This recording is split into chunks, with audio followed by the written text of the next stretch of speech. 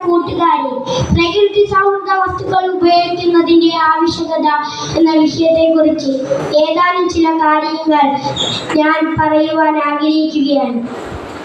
പ്രകൃതി നമ്മുടെ അമ്മയെ പോലെയാണ്.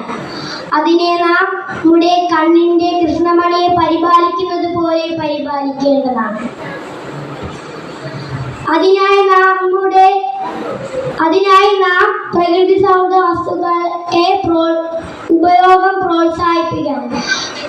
പാൽ പ്ലേറ്റ്, സ്റ്റീൽ ഗ്ലാസ്, കൂജ എന്നിവയുടെ ഉപയോഗം വർദ്ധിപ്പിക്കുക.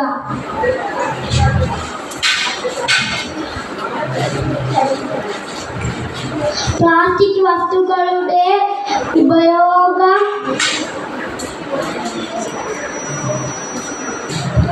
ഉപയോഗിക്കരുത്.